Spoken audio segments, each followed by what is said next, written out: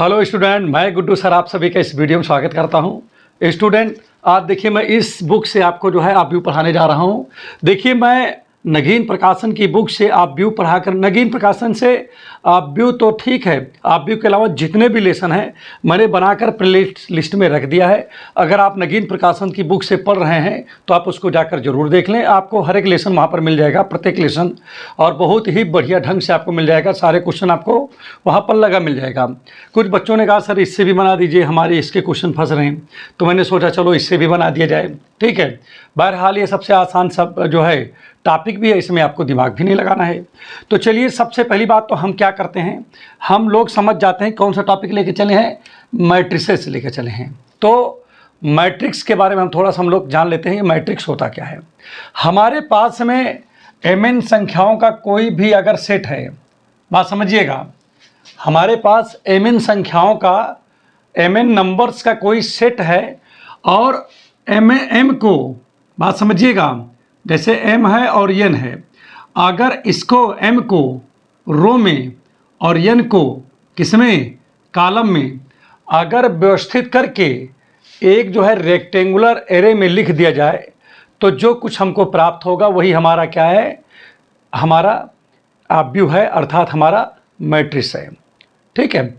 दूसरी चीज़, अगर बिल्कुल एकदम आसान समझना है, बिल्कुल दिमाग आपको नहीं लगाना, तो इतना आप समझ के चलो कि जो हमारे पास चाहे कॉम्प्लेक्स नंबर हो, चाहे हमारे पास में कौन से नंबर हो, रियल नंबर हो, इन नंबरों को अगर रो कॉलम में व्यवस्थित करके हम इस वाले ब्रैकेट में, या हम इसमें, या हम किसमें, इसमें, अगर उसको हम क्या करते हैं, लिख देते हैं, तो वो जो व्यवस्था है, ठीक है, ये जो चीज़ आप देख रहे हो लिखने पे जो आ जाएगा, आपको प्राप्त होगा, उसी को हम मैट्रिक्स कहेंगे।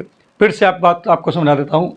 जैसे हमारे पास में संख्याएं हैं, चाहे वो कॉम्प्लेक्स हो चाहे वो रियल नंबर हो, उनको रो और कॉलम में अगर हम क्या करें, उसको व्यवस्थित कर लें, करने के बाद इसमें लिख दें, ठीक है, तो जो कुछ हमको बेटा प्राप्त होगा वही हमारा क्या है, मैट्रिक्स है। जैसे हमारे पास मान लीजिए कि कुछ नंबर हैं, लिखा है 1, लिखा है 2, लिखा है 3, लिखा है 4, लिखा है 5, लिखा है 6, लिखा है 7, लिखा है 8, लिखा है, ऐसे कुछ भी नंबर लिखा हुआ है। अगर हम क्या करें, इसे रो कॉलम में व्यवस्थित कर लेते हैं, देखिए इसके अंदर, तो यहाँ लिख दिया 1 2 3, ठीक है, 4 5 6, ठीक है, और ऐसे है जैसे 7 है, इसको ऐसा करते हैं ताकि बराबर बराबर जाए। अब यहाँ पर क्या हो गया, 7 हो गया, 8 हो गया, ठीक है। या आप चाहो जैसे 2 ही है, कहो सर एक तो कम पड़ जा रहा है, तो ऐसा ना कर लो, 1 2 3 और यहाँ पर 4 कर दीजिए, यहाँ पर 5 कर दीजिए, यहाँ 6, यहाँ 7 कर दीजिए और यहाँ पर 8 कर दीजिए। तो देखो स्टूडेंट, यहाँ पर हमने क्या किया कि देखिए ये हमारा कॉलम है, खड़ा खड़ा हमारा क्या होता है, कॉलम होता है। तो देखिए मैंने कॉलम में, और ये देखिए रो है, इसमें हमने क्या कर दिया, इन नंबरों को व्यवस्थित कर दिया और इसके अंदर लिख दिया, यही हमारा स्टूडेंट क्या है, इसी को हम लोग व्यू बोलते हैं, इसी को हम मैट्रिक्स बोलते हैं। क्लियर हो गया होगा बात। अब इसमें ज़्यादा दिमाग लगाने की ज़रूरत नहीं है कि मैट्रिक्स क्या होता है। तो मैट्रिक्स में हमने आपको बता ही दिया कि अगर हमारे पास, अगर बहुत ज़्यादा पढ़ी लिखी भाषा में जानना है तो आप बोल सकते हो कि हमारे पास अगर mn नंबर्स का जो है सेट हो और m जो है क्या, रो, और n कॉलम में, इसे जो है आयताकार सारणी में जो है व्यवस्थित कर दिया जाए, तो जो आयताकार सारणी होगा उसी को हम क्या बोलेंगे, व्यू बोलेंगे, अर्थात मैट्रिक्स बोलेंगे। व्यू माने मैट्रिक्स। ठीक, तो देखिए ये चीज़ें हैं। दूसरी चीज़ यहाँ पर हम आपको कुछ बातें बता देते हैं, जैसे कि काइंड्स ऑफ मैट्रिक्स। मैं एकदम छोटा छोटा बताता हूँ ताकि आपको ज़्यादा समय न लगे। देखिए एक होता है स्टूडेंट हॉरिजेंटल मैट्रिक्स। कौन सा होता है, हॉरिजेंटल मैट्रिक्स, हॉरिजेंटल मैट्रिक्स। तो स्टूडेंट चलिए हॉरिजेंटल मैट्रिक्स में हम लोग समझते हैं कि हॉरिजेंटल मैट्रिक्स क्या होता है। मैट्रिक्स तो आपको समझ में आ ही गया होगा भाई। देखिए हमने आपको बताया कि हमारे पास में चाहे कॉम्प्लेक्स नंबर हो, चाहे कौन सा नंबर हो, रियल नंबर हो, अगर उसको रो और कॉलम में हम व्यवस्थित करके लिख देते हैं तो वही हमारा क्या होता है, वही हमारा मैट्रिक्स है। ठीक है। अब यहाँ पर हमारी बात समझिएगा, एक चीज़ मैं आपको और भी बता देना चाहता हूँ। जैसे यहाँ पर जो नंबर होता है, जैसे इसे व्यवस्थित किए, तो जो यहाँ पर जो नंबर होता है स्टूडेंट, उसको कौन सा एलिमेंट बोलते हैं, A11 एलिमेंट होता है। ये कौन सा होता है, A12 होता है। ये वाला A13 होता है स्टूडेंट। इसी तरह ये चलता चला जाता है और ये जाकर के क्या बनता है। अब बीच में देखिए स्टूडेंट, एक चीज़ और थोड़ा सा यहाँ पर समझिए, एक नंबर और यहाँ पर अभी डॉट डॉट नहीं करते हैं, अभी एक चीज़ और लिख देते हैं यहाँ पर। इसी प्रकार से स्टूडेंट हम यहाँ पर A1J लिख सकता हूँ कि नहीं लिख सकता हूँ।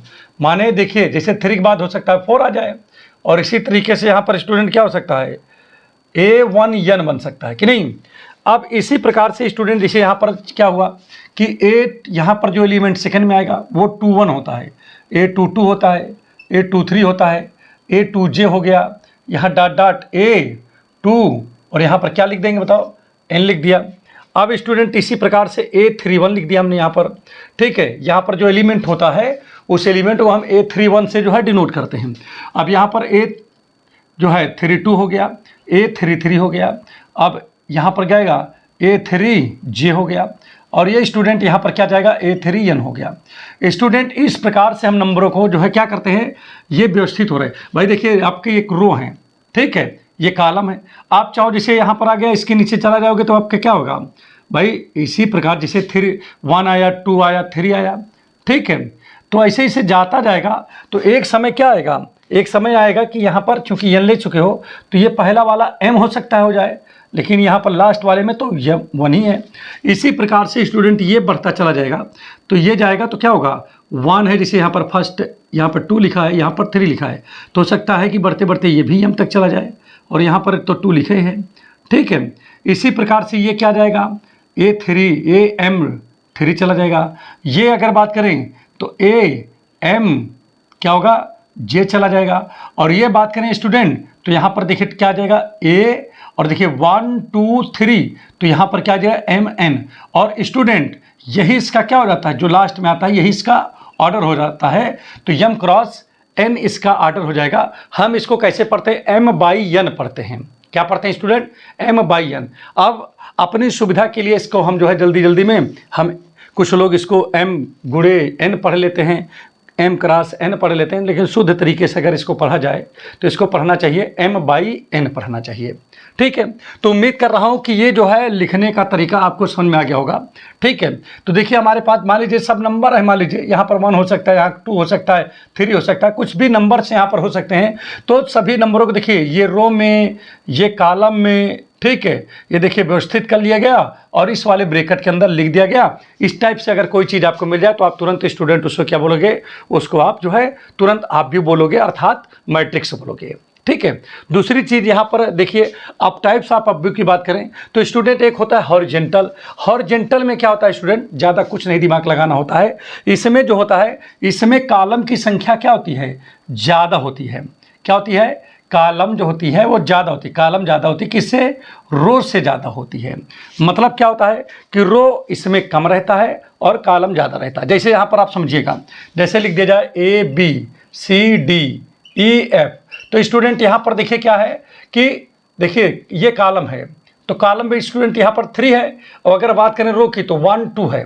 तो कहने का मतलब ऐसा मैट्रिक्स जिसमें कॉलम जो है क्या हो, ज़्यादा हो और रो कम हो, ऐसे मैट्रिक्स को स्टूडेंट क्या कहते हैं, हॉरिजेंटल मैट्रिक्स कहते हैं। क्लियर हो गया नहीं। एक और होता है मैट्रिक्स स्टूडेंट, उसको भी समझ लेते हैं। एक होता है वर्टिकल मैट्रिक्स, होता है वर्टिकल मैट्रिक्स, ठीक है स्टूडेंट। तो स्टूडेंट यहाँ पर हम वर्टिकल मैट्रिक्स के बारे में जानते हैं। वर्टिकल मैट्रिक्स क्या होता है, तो student vertical same to same इसी तरह होता है, ऐसा मैट्रिक्स जिसमें क्या हो, ठीक है, जिसमें रो ज़्यादा हो, क्या ज़्यादा हो, रो ज़्यादा हो और कॉलम कम हो, ऐसे मैट्रिक्स को स्टूडेंट क्या बोलते हैं, वर्टिकल मैट्रिक्स बोलते हैं। याद रहना, इस रख लेना इसको, ठीक है। तो यहाँ पर अब स्टूडेंट बोल भी सकते हो, आप बोल सकते हो, ठीक है, if a matrix of row is greater than number of columns. मतलब अगर रो ज़्यादा हैं किससे, कॉलम से, तो इसे क्या बोलोगे, वर्टिकल मैट्रिक्स बोलोगे। जैसे यहाँ पर लिख दिया गया ABCDEF, तो स्टूडेंट यहाँ पर ध्यान दीजिएगा, रो ज़्यादा है, देखो ये रो ज़्यादा है और कॉलम कितने हैं, 2 ही कॉलम हैं। तो रो तो 3 है, देखिए R1 इसको बोलते हैं, इसको R2 बोलते हैं, इसे R3 बोलते हैं स्टूडेंट, इसे C1 इसे C2। तो देखिए यहाँ पर R3 है जबकि C जो है यहाँ पर 2 हैं। तो ऐसा मैट्रिक्स जिसमें क्या हो, रो ज़्यादा हो और कॉलम कम हो, ऐसे मैट्रिक्स को हम वर्टिकल मैट्रिक्स बोलते हैं। समझ में आ गया होगा उम्मीद कर रहा हूँ। इसके बाद आता है स्क्वायर मैट्रिक्स। क्या आता है स्टूडेंट? Square matrix. तो स्टूडेंट स्क्वायर मैट्रिक्स में क्या होता है कि रो और कॉलम दोनों बेटा बराबर होते हैं। जैसे लिखा A B C D, तो स्टूडेंट बताओ कितने इसमें रो हैं? 1 2, तो यहाँ 2 रो हो गए, कॉलम कितने? 1 2, तो 2 कॉलम। एक चीज़ मैं आपको बता दूँ स्टूडेंट, जो हमारा रो होता है, ठीक है, उसको हम पहले लिखते हैं, कॉलम जो होता है उसको बाद में लिखते हैं। तो जो हमारा ऑर्डर बनता है, ऑर्डर में जो पहला वाला लिखा होता है वो हमारा रो होता है, और जो दूसरा वाला लिखा होता है वो हमारा कॉलम होता है। तो उम्मीद कर रहा हूँ ये बातें भी आपके अच्छे समझ में आ गई होंगी, इसमें कोई दिक्कत की बात उम्मीद कर रहा हूँ नहीं है, अच्छे समझ में आ रहा होगा। मैं इसको मिटा देता हूँ थोड़ा सा और भी आपको ताकि बता दें, ठीक है। देखिए स्टूडेंट, अगर आप इस वीडियो को पूरा अच्छे से देख लोगे तो हम आपको बता रहे हैं 100% आपको सब कुछ आने लगेगा, कोई इसमें कुछ भी चीज़ छूटेगी नहीं। तो देखिए मैं टॉपिक वाइज बता रहा हूँ, इसीलिए बुक भी लिया हूँ ताकि कोई भी टॉपिक यहाँ पर ना छूटे।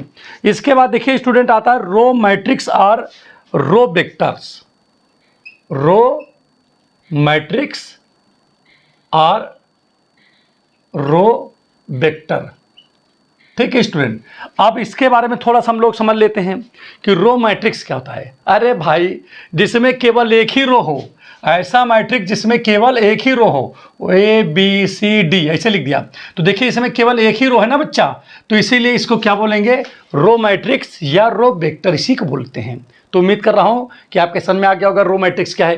रो मैट्रिक्स का मतलब जिसमें केवल एक रो हो उसे रो मैट्रिक्स बोलेंगे। और बेटा कॉलम मैट्रिक्स अगर पूछता है तो जिसमें एक कॉलम होता है उसे क्या बोलते हैं? कॉलम मैट्रिक्स बोलते हैं।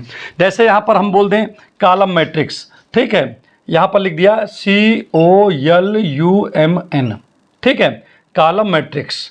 तो कॉलम मैट्रिक्स में क्या होगा देखो ध्यान दीजिएगा, एक ही कॉलम मिलेगा आपको। जैसे यहाँ पर लिख दूँ 1 2 3 4, तो स्टूडेंट यहाँ पर बताओ कितने कॉलम है? एक ही तो कॉलम है भाई, एक ही कॉलम है। तो स्टूडेंट इसे हम क्या बोलेंगे? कॉलम मैट्रिक्स बोलेंगे। तो देखिए मैं आपको जल्दी जल्दी बता रहा हूँ, बहुत ज़्यादा वो नहीं कर रहा हूँ, और सारे डिफिनीशन जो है हम आपको बगल में प्रोवाइड भी कर देंगे ताकि आपको कोई भी दिक्कत ना हो और सब कुछ आपको आने लगेगा। तो जिसमें केवल एक ही कॉलम हो बेटा उसे क्या बोलेंगे? कॉलम मैट्रिक्स बोलेंगे। जिसमें केवल एक रो हो उसे क्या बोलेंगे? रो मैट्रिक्स बोलेंगे। अब इसमें आता है, देखिए रो मैट्रिक्स कॉलम मैट्रिक्स खत्म हो गया। देखिए ये जो बुक है आपको मैंने पहले ही बता दिया, ये बुक है आपका बालाजी प्रकाशन की बुक है, आप देख लीजिए इसको, ठीक है। दूसरी बात यहाँ पर ध्यान दीजिएगा, यहाँ पर एक आता है जीरो मैट्रिक्स, ठीक है स्टूडेंट। यहाँ पर देखिए जीरो या नल मैट्रिक्स होता है एक, इधर लिख देता हूँ जीरो आर नल, ठीक है स्टूडेंट, मैट्रिक्स। तो स्टूडेंट पहले समझो जीरो मैट्रिक्स होता क्या है। अरे भाई ज़्यादा दिमाग ही नहीं लगाना है। जीरो मैट्रिक्स ऐसे मैट्रिक्स कहते हैं जिसके सारे एलिमेंट जीरो हों। स्टूडेंट जैसे ये मैट्रिक्स है और इसके अंदर ये जो लिखे हुए हैं सब एलिमेंट्स हैं, तो अगर ये जो है जैसे ये मैट्रिक्स है, इसके अंदर ये जो 1 2 3 4 लिखा है ये सब क्या है? इसके मैट्रिक्स के एलिमेंट हैं। तो अगर मान लीजिए अंदर सब 0 0 हो जाए तो स्टूडेंट इसे जीरो मैट्रिक्स बोलोगे, चाहे कितने भी क्रॉस का, चाहे 2 क्रॉस 2 का हो, चाहे 3 क्रॉस 3 का हो, ठीक है। एक चीज़ मैं आपको बता देता हूँ स्टूडेंट, देखिए सबसे बड़ी बात है कि मैट्रिक्स जो होता है इसमें रो और कॉलम जो है सेम भी हो सकते हैं, कम ज़्यादा भी हो सकते हैं, जो जैसे कि मैंने बताया अभी। लेकिन अगर डिटर्मिनेंट की बात किया जाए तो उसमें ऐसा नहीं है, जितने रो होंगे उतने ही कॉलम होते हैं कि नहीं। तो इसमें माइंड नहीं लगाना है, माइंड लगाने का कोई काम नहीं है, ठीक है। और दूसरी चीज़ थोड़ा सा मैं सोच रहा हूँ इसको मिटा दूँ, इसमें बहुत ज़्यादा जगह ले लिया है, ठीक है। हमारा बोर्ड बहुत ज़्यादा भारी भी नहीं है, इतने में ही सब कुछ लिखना है, इसी में सब कुछ समझना है। अब चलिए इसके बाद हम बात करते हैं, अगले टॉपिक की बात करते हैं, और अगला टॉपिक भी हम लोग समझ लेते हैं कि अगला टॉपिक है क्या। अगला टॉपिक है हमारे पास में स्टूडेंट यूनिट, देखिए यूनिट आर आइडेंटिटी मैट्रिक्स, ठीक है।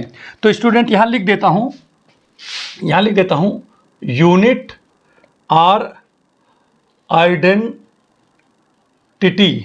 ठीक है, मैट्रिक्स। तो student unit or identity matrix होता क्या है? बड़ा आसान चीज़ है स्टूडेंट, जिसका डायगोनल 1 हो, और कैसा डायगोनल? आगे से, इधर से, जैसे यहाँ पर है तो 1 1 1, इस क्रम का डायगोनल, इस क्रम का नहीं कि जैसे इधर से, माने ऊपर से नीचे की ओर जाता हुआ, ठीक है। और बाकी जो नंबर्स हैं जैसे ये ऊपर नीचे स्टूडेंट ये क्या हों? ये सब जीरो हों। तो ऐसे मैट्रिक्स को क्या बोलते हैं हम? यूनिट और आइडेंटिटी मैट्रिक्स बोला जाता है। अब ये जैसे 2 क्रॉस 2 का भी हो सकता था, जैसे 1 लिखा 0 लिखा 0 लिखा 1 लिखा। अब स्टूडेंट ये देखिए 2 क्रॉस 2 का है, क्यों? क्योंकि 2 रो हैं और 2 कॉलम है। इसमें देखिए कितने रो हैं? 1 2 3 रो हैं और कॉलम कितने? 1 2 3 कॉलम है। तो स्टूडेंट ये चीज़ें हैं कि अगर कोई मैट्रिक्स आपको मिल जाए और उसके जो है डायगोनल एलिमेंट्स जो हैं वो 1 1 हो और ऊपर नीचे क्या हो जाए? बोलिए 0 0 हो जाए, ठीक है। अपर साइड और लोअर साइड, डायगोनल के ऊपर और डायगोनल के नीचे सारे एलिमेंट 0 0 हो जाए, तो स्टूडेंट उससे क्या बोलोगे आप? आइडेंटिटी मैट्रिक्स बोलोगे, मतलब यूनिट मैट्रिक्स बोलोगे। चलिए कोई बात नहीं है, सब कुछ तो समझ में आ रहा होगा। अब इसके बाद हम स्टूडेंट यहाँ पर एक बात और भी हम थोड़ा सा कर लेते हैं। प्रिंसिपल डायगोनल एक होता है, क्या होता है? एक होता है स्टूडेंट प्रिंसिपल डायगोनल,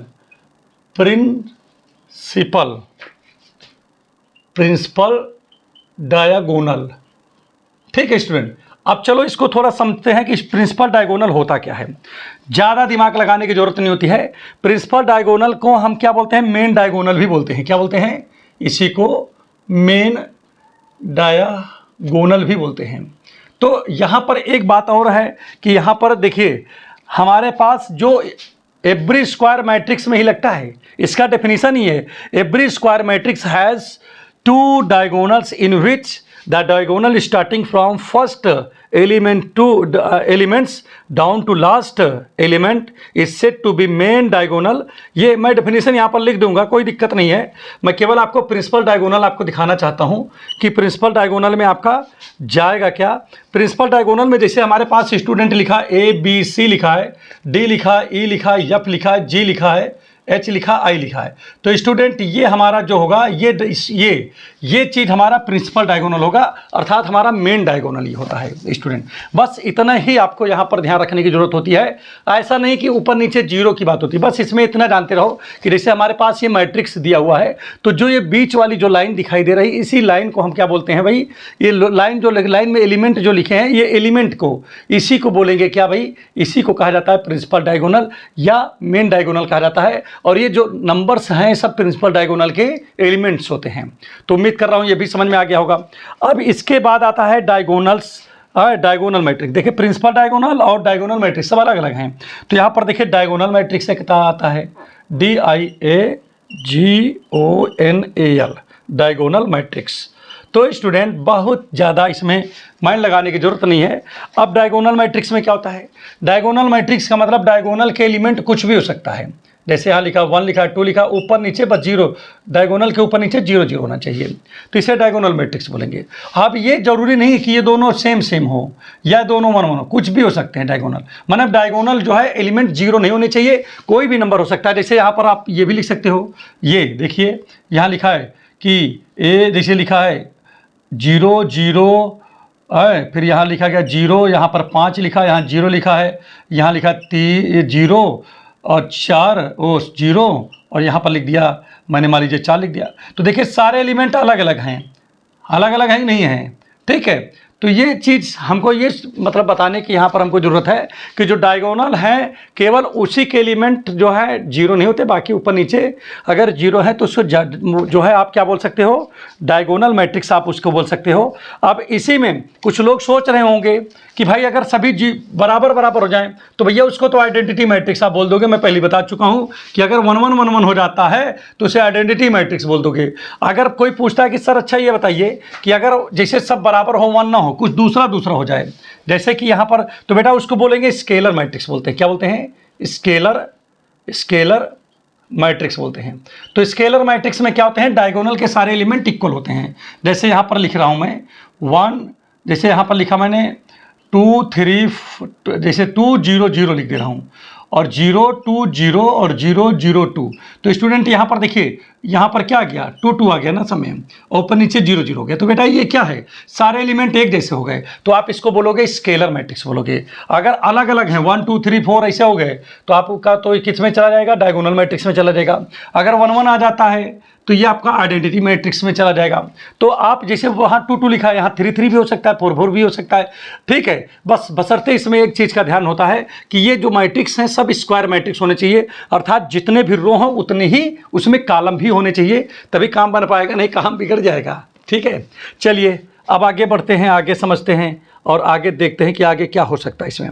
तो मैं इसको थोड़ा सा देता हूँ, मिटा देता हूँ, उसके बाद में आते हैं नेक्स्ट आपको टॉपिक पे बात करते हैं थोड़ा सा, ठीक है। सब मैट्रिक्स पे बात करते हैं।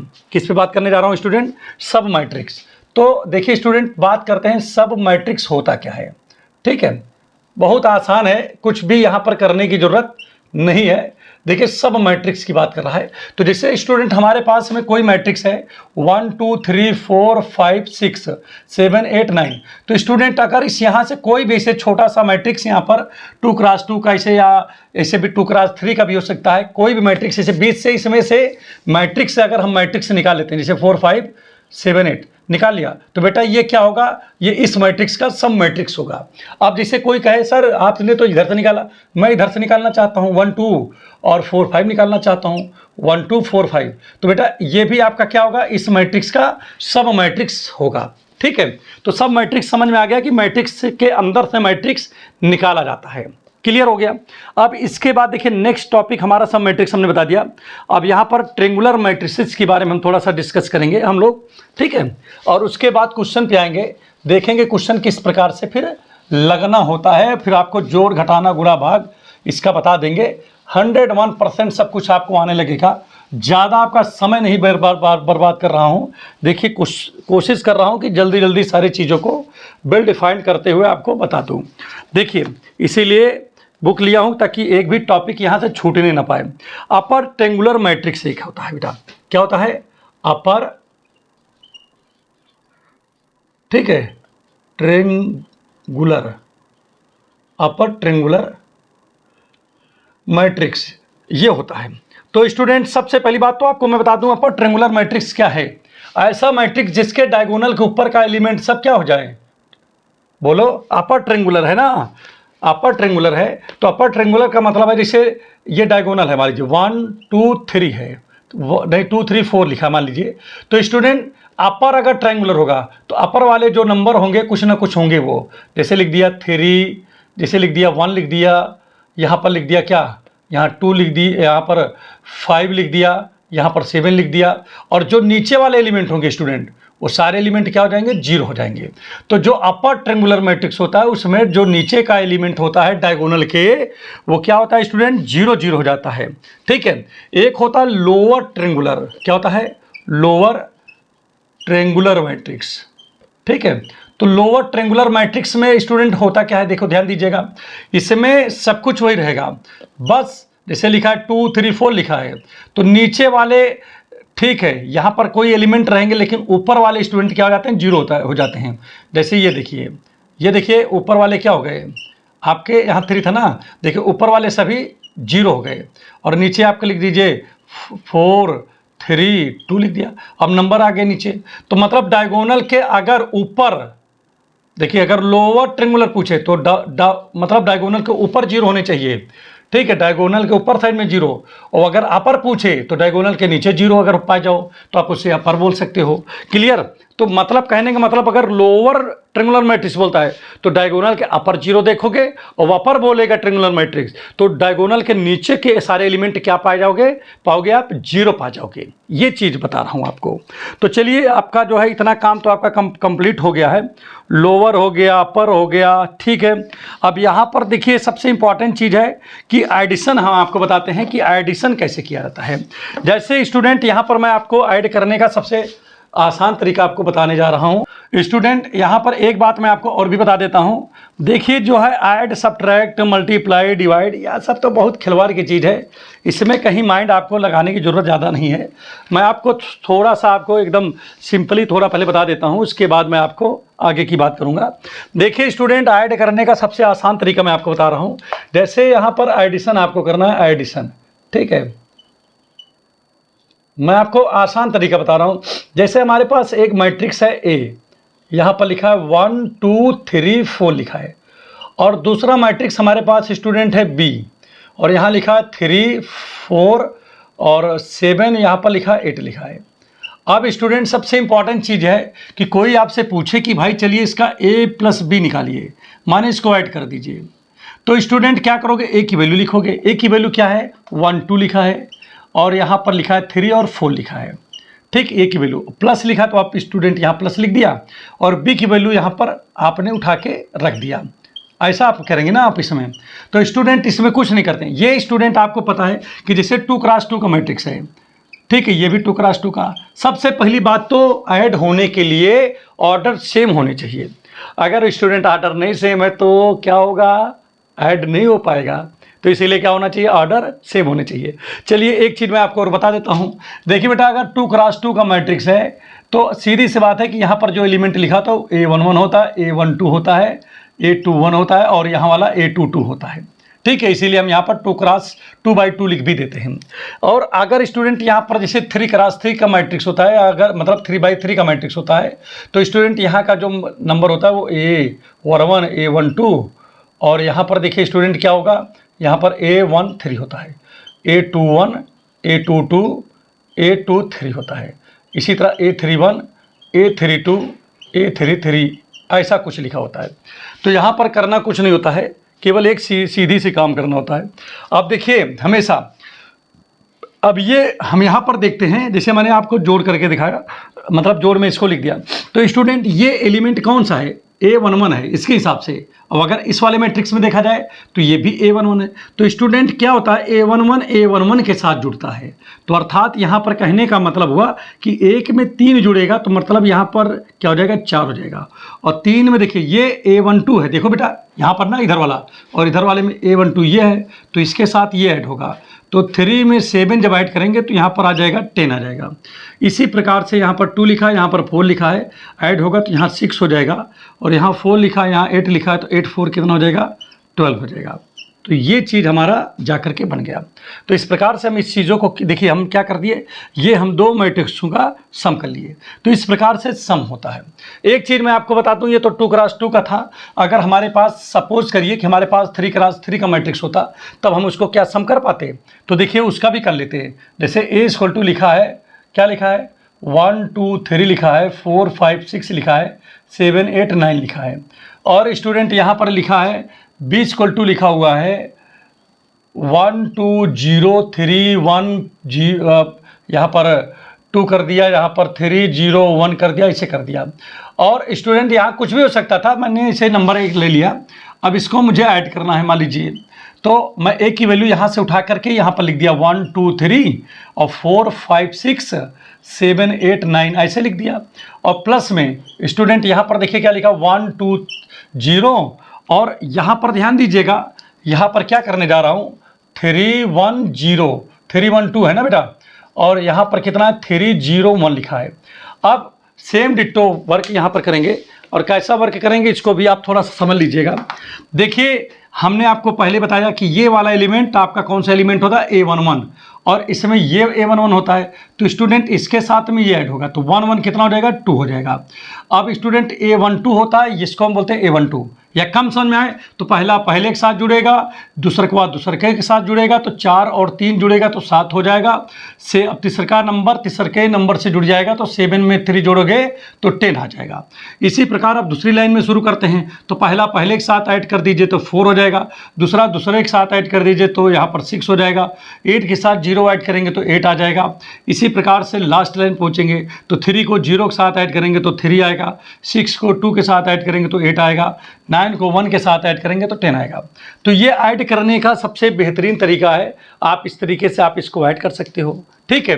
अब कुछ लोग सोच रहे होंगे सर जी आपने तो ऐड करना सिखा दिया, भाई आपने तो जो है हमको क्या कहते हैं कि 1 1 कौन सा एलिमेंट क्या मतलब किस एलिमेंट का क्या नाम है ये भी आपने हमको बता दिया। सर हमको जो है आप सब्ट्रैक्ट बता दीजिए, इसमें बहुत ज़्यादा परेशान मत होइए, सब्ट्रैक्ट भी आपको आ जाएगा। कुछ नहीं करते सब्ट्रैक्ट में केवल एक सीधा सा काम होगा, इस वाले ऐड है तो ऐड को हटाओगे और यहाँ फिर से एक ही छोटा सा इक्वल बनाओगे और क्या करोगे, सब्ट्रैक्ट है तो यहाँ माइनस लिखोगे, यहाँ माइनस लिखोगे। आप देखिए पहले से पहला सब्ट्रैक्ट होगा बेटा 0 आएगा, दूसरे का से दूसरे का सब्ट्रैक्ट होगा तो 1 आएगा, क्योंकि 4 से 3 जाता है तो 1 बचता है। और तीसरे का से तीसरे वाले का सब्ट्रैक्ट करोगे मतलब 7 से 3 जाएगा तो यहाँ पर 4 बच जाएगा। इसी प्रकार से 2 से 2 जाएगा बेटा 0 बच जाएगा, 5 से 1 जाएगा तो 4 बच जाएगा, 8 से 0 जाएगा तो 8 बच जाएगा, 3 से 0 जाएगा तो 3 बच जाएगा, 6 से 2 जाएगा तो 4 बच जाएगा, 9 से 1 जाएगा तो 8 बच जाएगा। ये आपका हो जाएगा आंसर। तो देखिए मैं आपको बता दिया कि सब्ट्रैक्ट कैसे किया जाता है और ऐड कैसे किया जाता है। उम्मीद कर रहा हूँ ये बातें आपको अच्छे समझ में आ रहा है, इसमें कोई दिक्कत की बात नहीं है। तो ये देखिए मैं आपको कॉन्सेप्ट जो पढ़ाना था आज मैं कॉन्सेप्ट आपको वही पढ़ा रहा हूँ। तो देखिए पहली बात तो एक चीज़ और बता दें, कॉन्सेप्ट ये इसी को कॉन्सेप्ट कहते हैं कि गुणा भाग जोड़ घटाना करने का क्या तरीका होता है। अब कुछ लोग कहते हैं सर जी ये बताइए ज़रा मुझे कि अगर आपके पास में कोई मैट्रिक्स ए बराबर अगर लिखा हुआ है क्या 5 6 7 8 9 10, अब इसी ये मैट्रिक्स से बताओ कितना इसका वो है ऑर्डर है। तो बेटा इसमें 2 रो हैं तो यहाँ 2 लिखोगे और कॉलम 1 2 3 है तो यहाँ पर 3 कॉलम लिख दोगे। अब चलिए एक चीज़ देखिए यहाँ पर ध्यान देने की जरूरत है। कुछ लोग कहें सर जी एक चीज़ बताओ अगर मुझे जिसे 4a निकालना होगा तो क्या करेंगे। अरे भाई कुछ नहीं करेंगे, 4 को लिखा और a की वैल्यू रख दिया। a की वैल्यू क्या है देखो 5 7 9 है, 6 है, 8 है और 10 है। आप देखो स्टूडेंट से 5 का देखिए 4 को 5 में मल्टीप्लाई कर दो। देखिए हमने आपको बताया अभी प्लस सिखा दिया, माइनस सिखा दिया, सब्ट्रैक्ट करना, मल्टीप्लाई आप देख लीजिए। तो देखिए 4 को 5 में मल्टीप्लाई करेंगे 4 5 जा 20 हो जाएगा और 4 7 जा 28 हो गया, 4 9 जा 36 हो जाएगा कि नहीं। और अब इसके बाद फिर आइए 4 6 जा कितना जाएगा 24 हो गया, 4 8 जा 32 और 4 10 जा 40। तो देखिए स्टूडेंट ये आपका क्या हो गया आंसर हो गया। ठीक है, तो इस प्रकार से हम जो है आंसर जो है मल्टीप्लाई करके निकाल सकते हैं, कोई ज़रूरी नहीं है मल्टीप्लाई जैसे यहाँ पर 4 लिखा तो अंदर ले जाओ सभी में मल्टीप्लाई कर दो। ठीक है, देखिए 4 पंचे 20, 4 सत्ते 28, 4 नौया 36, 4 छंग 24, 4 38, 4 दहम्मा 40। तो देखिए आप इस तरह से आप जो है मल्टीप्लाई भी कर लोगे। तो उम्मीद कर रहा हूँ ये सब बातें अच्छे से आपको आ रहा है, कोई यहाँ पर दिक्कत की बात नहीं है। ठीक है, अब यहाँ पर हम बात करते हैं कुछ हम अपने जो है एक्सरसाइज की बात कर लेते हैं। थोड़ा सा एक्सरसाइज को देखते हैं कि हमारे यहाँ एक्सरसाइज में है क्या। तो देखिए हमारे यहाँ जो एक्सरसाइज है उसको मैं सोच रहा हूँ कि एक नई वीडियो बनाएं और वो नए तरीके से उसको मैं लगाऊं, ताकि नए तरीका क्या तरीका तो यही रहेगा, नई वीडियो रहेगा आपको शुरुआत से मिल जाएगा। नेक्स्ट वीडियो में आपको उसको बताता हूं। अगर ये वीडियो आपको अच्छा लगा हो, समझ में आया हो तो प्लीज़ चैनल को लाइक कर दीजिए, सब्सक्राइब कर दीजिए, शेयर कर दीजिए और बेल आइकन की बटन को ज़रूर दबा दीजिए। और अपने जो है कमेंट्स, अपने जो है विचार कमेंट्स में ज़रूर लिखें कि वीडियो आपको कैसा लगा, आपको समझ में आया या नहीं समझ में आया। ठीक है, और अगर कहीं से भी अगर हमसे कोई त्रुटि हो रही है ठीक है समझाने में तो उसे भी ज़रूर आप बताएं, उस पर मैं जो है अपने अंदर जो है सुधार करने की भी कोशिश करूंगा। ठीक है, और अच्छा प्रयत्न करूंगा कि और अच्छे ढंग से आपको समझाया जाए। Thank you.